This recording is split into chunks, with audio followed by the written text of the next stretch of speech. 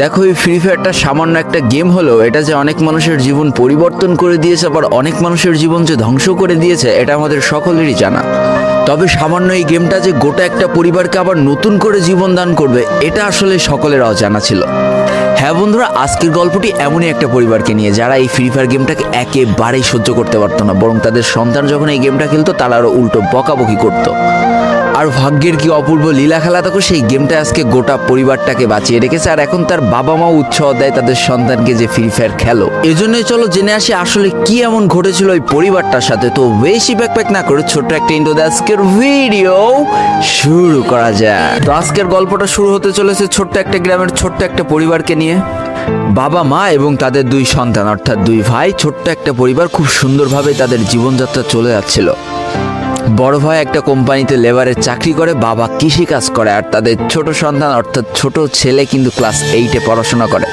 দারিদ্রতার বেড়াজালে আটকে পড়া পরিবারকে সাপোর্ট দেওয়ার জন্য তাদের বড় ভাইকে খুব অল্প বয়সে কাজে চলে যেতে হয়েছে। এই জন্য বড় ভাইয়ের পড়াশোনাটা ঠিকমতো হয়ে ওঠেনি। তবে বাবা মার একটাই স্বপ্ন ছিল যে তাদের ছোট সন্তান অর্থাৎ ছোট ছেলে যাতে উচ্চশিক্ষায় শিক্ষিত হয়। এই জন্য বাবা কৃষিকাজ করলেও সারাদিন মাঠে তুমুল কষ্ট করে এসে বাসায় যখন এসে দেখতো তাদের ছোট সন্তান পড়াশোনা করতেছে, সমস্ত কষ্ট এক চান্সে দূর হয়ে যেত। আর তাদের ছোট সন্তান পরিবারের অভাব দেখতে দেখতে বড় হচ্ছে, তো তাই সে একটা সময় ঠিক করেই ফেলে যে তাকে অনেক বড় হতে হবে, লেখাপড়া করে অনেক বড় মানুষের মতো মানুষ হতে হবে। আর ঠিক এমনটাই হতে থাকে। তাদের ছোট ছেলে খুব ভালো রেজাল্টও করতে থাকে, প্রত্যেক ক্লাসে টপ হতেও থাকে। তবে তার একটা বদ অভ্যাস ছিল, সেটা হচ্ছে ফ্রি ফায়ার গেম খেলা। করোনা চলার সময় যখন তার স্কুল বন্ধ হয়ে যায়, তখন তার বাবা এবং বড় ভাইয়ের জমানো কিছু টাকা দিয়ে তাকে একটা ফোন কিনে দেওয়া হয় অনলাইনে ক্লাস করার জন্য। তার ফোনটা ছিল 3 GB র্যামের একটা ফোন। তবে এইখান থেকেই তার ফ্রি ফায়ার গেমের সাথে পরিচয় হওয়া। সারাদিন পড়াশোনার ফাঁকে সময় পেলেই সে ফ্রি ফায়ার গেম নিয়ে বসে পড়তো। আগে যেমন বাইরে খেলাধুলা করতো, এখন সে আর বাইরে খেলাধুলা করে না, ঘরে বসে সারাদিন ফোন টিপে আর ফোনে গেম খেলে। এদিকে তার বাবা মা যখন ফ্রি ফায়ার গেম খেলা দেখতো তখন প্রচণ্ড পরিমাণ রেগে যেত, এমনকি মারধর পর্যন্ত করতো যে তুই এই গেম খেলা বাদ দিয়ে দে। তবে তাদের ছোট ছেলে যতই বাবা মার বাধ্য সন্তান হোক না কেন, ফ্রি ফায়ার গেমটা ছাড়তে সে একেবারেই নারাজ। প্রথম দিকে পড়াশোনার ফাঁকে ফাঁকে গেম খেললো, যখন তার বাবা মা তাকে বকা শুরু করে তখন সে রাতের অন্ধকারে গেম খেলা শুরু করে। তবে বন্ধুরা বলে রাখা ভালো, সে কিন্তু তার পড়াশোনা একেবারেই ঠিক রেখেছিল, অর্থাৎ গেমের কোনো কালো ছায়া পড়াশোনার উপরে কোনোদিনই সে পড়তে দেয়নি, যার কারণে তার রেজাল্টও মোটামুটি ভালোই হতো। এতদিন পর্যন্ত পরিবারের সবকিছু ঠিকঠাকই ছিল, এবার আস্তে আস্তে পরিবারটা একটু একটু করে ভাঙতে শুরু করবে। পরিবারের সকলের সম্মতিতে পরিবারের বড় ছেলের সাথে পাশের গ্রামের একটা মেয়ের বিবাহ সম্পন্ন করা হয়। আর যেন বিবাহের কয়েক মাস যেতে না যেতে বড় ভাইয়ের পরিবর্তন লক্ষ্য করতে শুরু করা যায়। এতদিন ছোট ভাইয়ের পড়াশোনা খরচ বড় ভাই আর বাবা মিলে চালিয়ে আসলো, এখন আর বড় ভাই কিন্তু ছোট ভাইয়ের পড়াশোনা খরচ দিতে রাজি হয় না। তবে তাতেও খুব একটা ফারাক পড়ে না, কারণ তাদের বাবা এখনো শক্তভাবে তাদের পরিবারটাকে ধরে রেখেছে, অর্থাৎ বাবা কিন্তু কৃষিকাজ করে তাদের পরিবারটা খুব সুন্দরভাবে চালিয়ে নিচ্ছিল। তবে বলে রাখা ভালো, হাতের 5টা আঙুল যেমন এক হয় না, পরিবারের প্রত্যেকটা সন্তানের মন মানসিকতাও কিন্তু এক হয় না। কিছুদিন পর বড় ভাই পুরোপুরি আলাদা হয়ে যায়, তার বউকে নিয়ে নতুন করে সংসার তৈরি করে। এমনকি একটা পর্যায়ে যে বড় ভাই তার পরিবারকে অস্বীকার করে দেয়, অর্থাৎ একটা টাকাও আর পরিবারে দিত না, সমস্ত টাকা সে নিজের সংসারেই খরচ করত। 4 জনের পরিবারটা ভেঙে যায় এখন 3 জনের পরিবার হয়ে গেল, বাবা মা আর তাদের ছোট সন্তান। এখন পুরো পরিবারের দায়িত্বটা বাবার উপরে পড়ায়, দিনরাত 24টা ঘন্টা হাড় ভাঙা খাটুনি করা শুরু করে দেয় তাদের বৃদ্ধ বাবা। এদিকে তাদের ছোট সন্তান সবটা কাছ থেকে দেখে অনেক কষ্ট পেত, তারপরেও তার করার কিছুই ছিল না, তাকে পড়াশোনাটা চালিয়ে যেতেই হবে, কারণ বাবা মার একমাত্র স্বপ্ন তাকে পড়াশোনা করে মানুষের মতো মানুষ হতে হবে।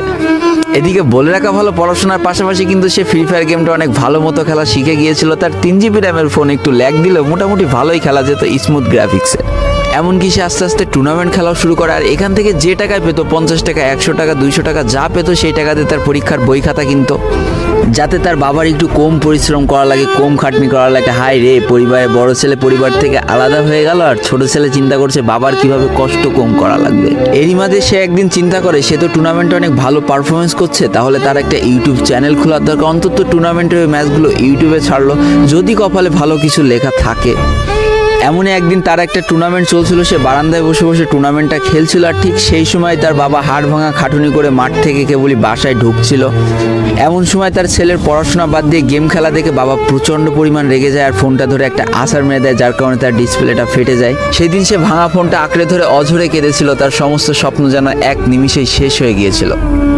তারপরে সে স্কুলে যাওয়ার জন্য যে টাকা পেতো সেই টাকাগুলো জমিয়ে জমে একটা সময় তার ফোনের ডিসপ্লেটা ঠিক করে, আর ডিসপ্লে ঠিক করতে 1500 টাকা লেগেছিল, আর সময় লেগেছিল প্রায় 4.5 মাস।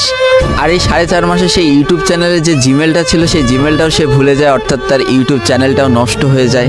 কিন্তু পরিবারের ছোট সন্তানরা একটু ঘাটতারা হয়, কোনোভাবে কোনো কিছুতে হার মানতে রাজি হয় না, যেমন আমি। তাই সে আবারও ফ্রি ফায়ার খেলা শুরু করে, আবারও নতুন করে ইউটিউব চ্যানেল খোলা শুরু করে। সব কিছু মোটামুটি ঠিকই চলছিল, পড়াশোনাও সে আগের মতোই চলতেছে, এইদিকে টুর্নামেন্টও চলতেছে, এইদিকে ইউটিউবে আস্তে আস্তে তার সাবস্ক্রাইবারও বাড়া শুরু করে, একটা দুইটা এমন করতে করতে। কিন্তু হঠাৎ করে তাদের পরিবারটা জীবনের সব থেকে বড় একটা ধাক্কা খায়। যেহেতু তাদের বাবা কৃষিকাজ করে তাদের পরিবার চালাতে হিমশিম খাচ্ছিল, পরিবারের এত প্রেশার, 24 ঘন্টা হাড় ভাঙা খাটুনি করতে করতে একটা দিন হঠাৎ করে উনি প্যারালাইসিস হয়ে যায়। তার ডান পাশের হাত এবং পা পড়ে যায়, যার কারণে সে একেবারে অক্ষম হয়ে পড়ে। আর এটাই ছিল তাদের পরিবারের সব থেকে বড় কালো অধ্যায়। তবে সব থেকে কষ্টের ব্যাপার কি ছিল জানো? পরিবারের এত খারাপ সময়ও তাদের বড় ভাই কিন্তু তাদের পাশে এসে দাঁড়ায় না। এবার শুরু হয় তাদের পরিবারে আসল কষ্ট। না ছোট ছেলের পড়ার টাকা আছে, না বাবার ওষুধ কেনার টাকা আছে, না তাদের 3 বেলা ঠিক মতো খাবার টাকা আছে।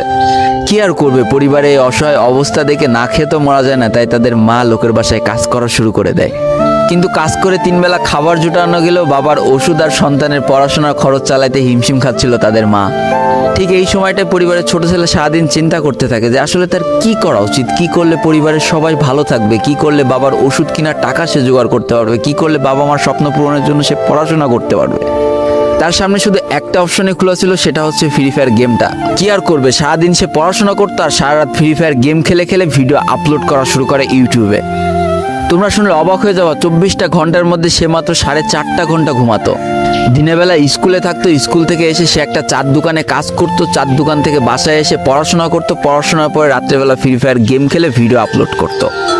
সৃষ্টিকর্তা হয়তো তাদের কষ্টটা দেখেছিল, তাই তার বেশি দিন কষ্ট করা লাগেনি। 4.5 মাসের মাথায় তার একটা ভিডিও ভাইরাল হয়ে যায়। ব্যাস, লাইফের মোড়টা এইখান থেকে ঘুরে গিয়েছিল। তোমরা সকলে জানো একটা ভিডিও ভাইরাল হলে আসলে কি হয়।